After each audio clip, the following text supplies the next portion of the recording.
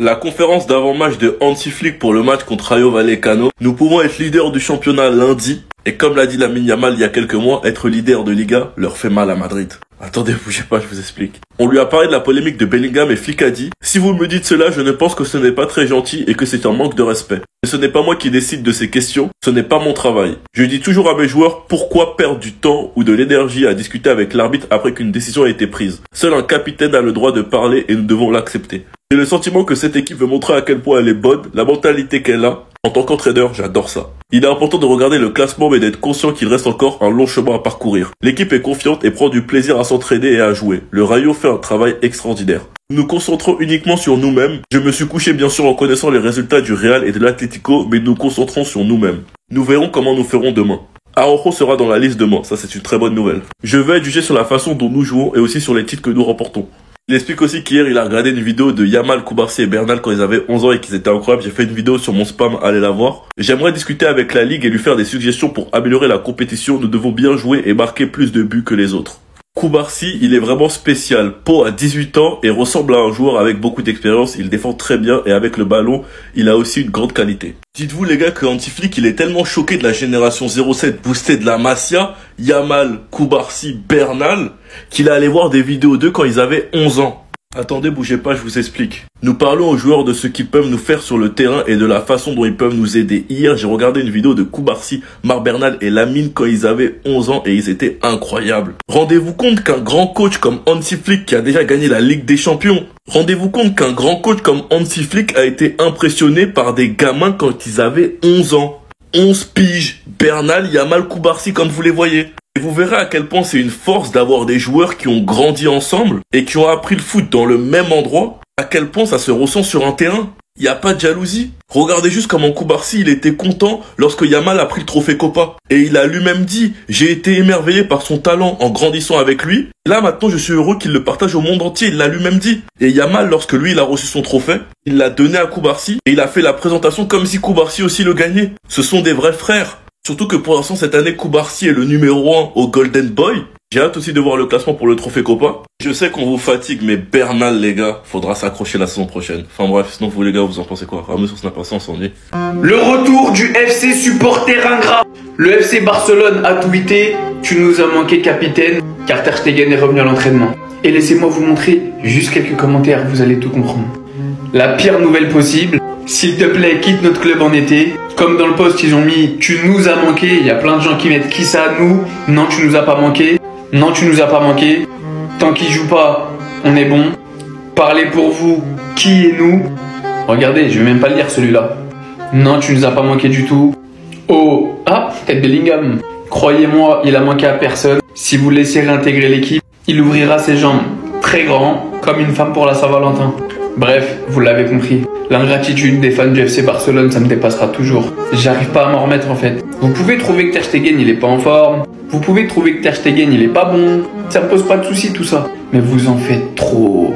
Mais trop. Comme d'habitude. Rappelez-vous comment vous parliez de Peña. Et aujourd'hui, il y en a certains qui sont en train de se plaindre que Peña n'est pas titulaire. Ça le critiquait. Il a fait 2 bons matchs. Ça a retourné sa veste. Pareil pour Ter Stegen. S'il redevient titulaire et qu'il fait 2 bons matchs, vous allez dire en fin de compte, il nous a manqué, c'est le meilleur gardien du monde. Vous êtes des putains d'ingrats en fait. Moi je comprends pourquoi les autres communautés ils nous aiment pas. Un jour c'est le meilleur gardien du monde, il est meilleur que Courtois, il est meilleur qu'Alisson, il est meilleur que tout le monde. Et un jour c'est le pire gardien du monde, c'est une calamité, faut à tout prix le mettre au placard. Apprenez à être mesuré, c'est rien de plus. Vous pouvez ne pas aimer un joueur, ne pas aimer ses performances sans en faire trop. Je vois, il y a des Barcelonais qui sont heureux, qui sont contents le fait que Atlético de Madrid et le Real Madrid, ils ont fait match nul hier. Ils ont perdu 2 points. Vous les gars, vous savez, demain on joue contre qui? Rayo Vallecano, pardon. Ce que Rayo Vallecano, les gars, ils ont un mec qu'on appelle Easy Palazzo Lionel Messi. Voilà, c'est son vrai nom, hein. Easy Palazzo Lionel Messi. Ah oui, parce que c'est lui là, le crâne d'œuf là, le crâne chauve là, avec son regard qui fait peur là.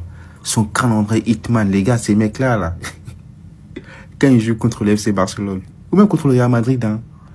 Alors, il prend la finition de CR7, il prend la technique de Neymar, et la vision de jeu de Lionel Messi, qualité de passe de Lionel Messi, bah, c'est ces mecs-là. C'est lui. Donc, ne dansez pas trop, s'il vous plaît, les Barcelonais. Ne dansez pas trop. Lui est dangereux. Flic, pardon vieux père. Faut pas le mettre sur le terrain. Faut qu'il reste sur le banc. J'ai regardé sa tête. Alors qu'il y a des dangers en face avec la voiture, avec le parcours, bref. Il doit rester sur le banc. Pourquoi je dis ça, vous me direz, vous me demanderez. Jamais 203. Carton rouge là pour l'Atlético. Carton rouge pour le Real Madrid.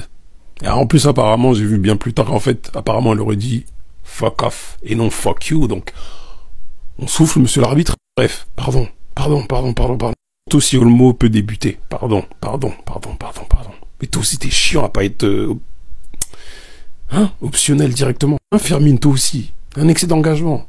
D'autant plus que si on regarde les derniers cartons jaunes de Gavi, la plupart sont en première mi-temps. Contre Séville en première mi-temps. Contre Alaves au bout de 7 minutes. Contre Benfica aussi, c'était à la 36e minute. Reste sur le banc.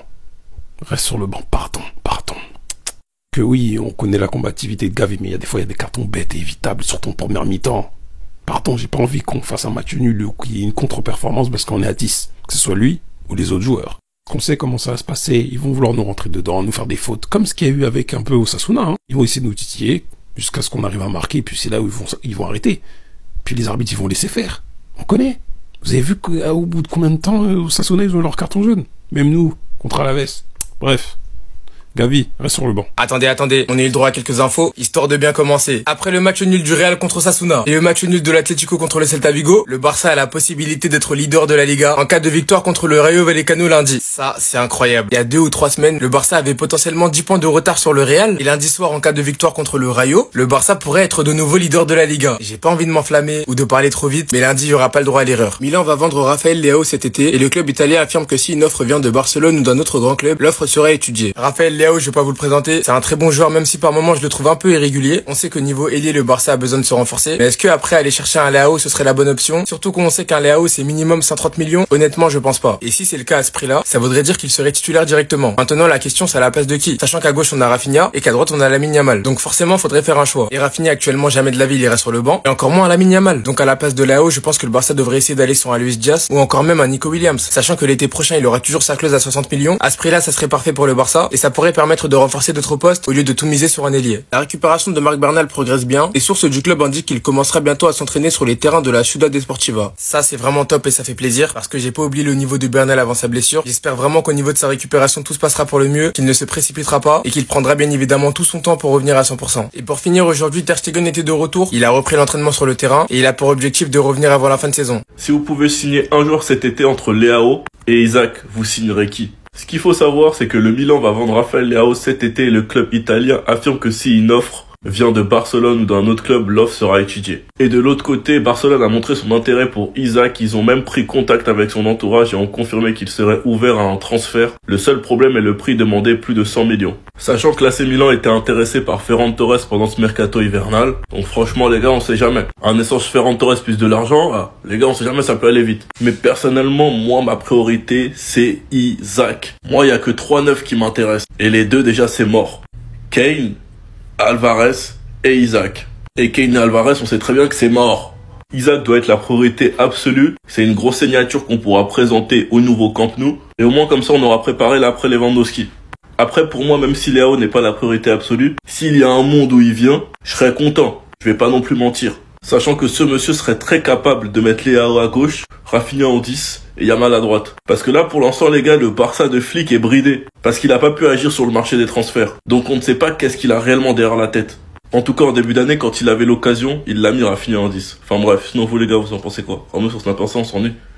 Info mercato du côté du FC Barcelone, on apprend que Nico Williams, bien sûr, qui était la cible prioritaire du Barça l'été dernier, et ben c'est pas sûr qu'il vienne l'été prochain parce que d'après un journaliste espagnol, donc Nico Williams a informé Lamine Yamal, peut-être son meilleur ami en gros, qu'il prévoyait de signer Arsenal l'été prochain. Donc si va Arsenal, il n'ira pas au FC Barcelone. Et du coup, peut-être la priorité au poste d'ailier gauche l'été prochain, ça peut-être être Raphaël Leao. Et Leao, les gars, pourrait être une opportunité de marché pour le Barça, surtout si l'AC Milan ne se qualifie pas pour la Ligue des Champions et actuellement sont très loin des places qualificatives en Serie A, l'équipe milanaise. Et à noter que le Barça, les gars, aussi pour ce mercato estival, donc le Barça veut un joueur pouvant jouer ailier gauche et numéro 9, donc Leao, qu'on a parlé juste avant, et aussi Alexander Isaac sont les options, mais Luis Diaz reste le grand favori. Aujourd'hui, les unes des journaux catalans, ça revient bien sûr par rapport aux 2 matchs hier, 2 matchs nuls des 2 Madrid, donc le Real un partout, l'Atlético un partout, et ça fait les affaires totales du FC Barcelone. Et sur les 2 unes, on peut voir à chaque fois que bien sûr les 2 Madrid ont pris rouge, ce qui a pénalisé totalement leur rencontre. Et on finit aujourd'hui avec Jules Koundé. Le Barça considère Jules Koundé comme le meilleur latéral droit du monde actuellement et veut prolonger le contrat du joueur jusqu'en 2030. Est-ce que vous connaissez la fable du lièvre et de la tortue? Maître Corbeau sur un arbre perché, Non, en vrai, sur la fable du lièvre et de la tortue, il y a une morale qu'il fallait retenir. C'est que rien ne sert de courir, il faut partir à point. Oui, il faut partir à point parce que quand on a beaucoup de points d'avance, si on commence à regarder derrière, on commence à discutailler, on commence à rigoler, etc., on se fait rattraper. Nous, on l'a appris à nos dépens avec le Barça. On l'a appris parce que nous aussi, on avait 10 points, 11 points d'avance sur le Real Madrid. Je sais plus exactement combien.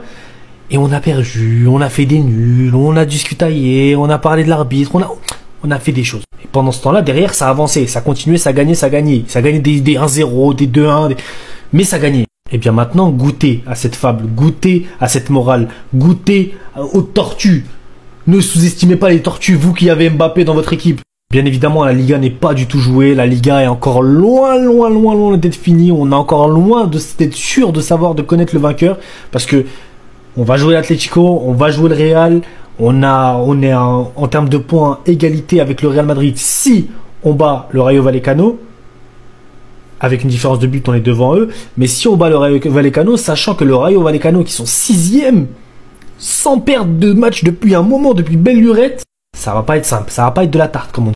Donc restons humbles, Araujo peut faire une dinguerie à tout moment, les gars, mais on a notre destin entre nos mains. C'est officiel, enfin on l'avait déjà, mais c'est encore plus officiel. Et d'ailleurs, j'aimerais rajouter un truc, Pour moi, l'Atlético Madrid est terrifiant. Je vais vous dire pourquoi. Eux, ils n'ont pas eu le truc de la fable du lièvre et de la tortue.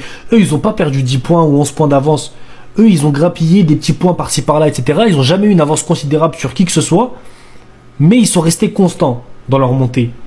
Donc, il faut faire très très attention à l'Atlético Madrid. Hansi Flick a donné son avis sur l'expulsion de Jude Bellingham et il a tenu des propos très forts. On va voir ça tout de suite.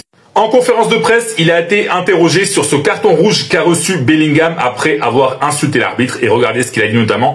C'est un manque de respect, mais ce n'est pas moi qui dois me prononcer sur ce sujet.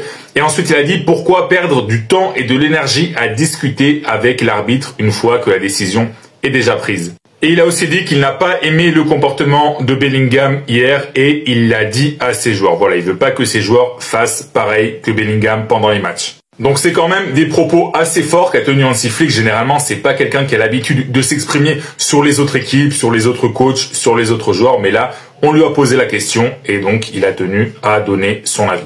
Et moi, personnellement, je suis d'accord avec lui, surtout que Bellingham, c'était pas la première fois qu'il tenait des propos insultants envers les arbitres, mais c'était la première fois qu'il était expulsé face à Osasuna. À un moment, fallait quand même qu'il paye. Après, faut pas non plus lapider Bellingham, selon moi, voilà, c'est pendant un match, t'es fatigué, t'es plus forcément lucide, t'es frustré, donc voilà, tu lâches une insulte, c'est pas la mer à boire, tu prends une sanction, et voilà. Mais quand tu commets une erreur, eh bien, tu dois payer. On verra la sanction qui lui tombera dessus. Hier, j'avais fait une vidéo pour vous dire que ça pouvait être soit 2 matchs, soit une sanction plus grave de 4 à 12 matchs. Alors, personnellement, je pense que ça n'ira pas jusqu'à 12 matchs. Ce serait quand même abusif. Mais les 4 matchs de suspension, ça peut quand même tomber.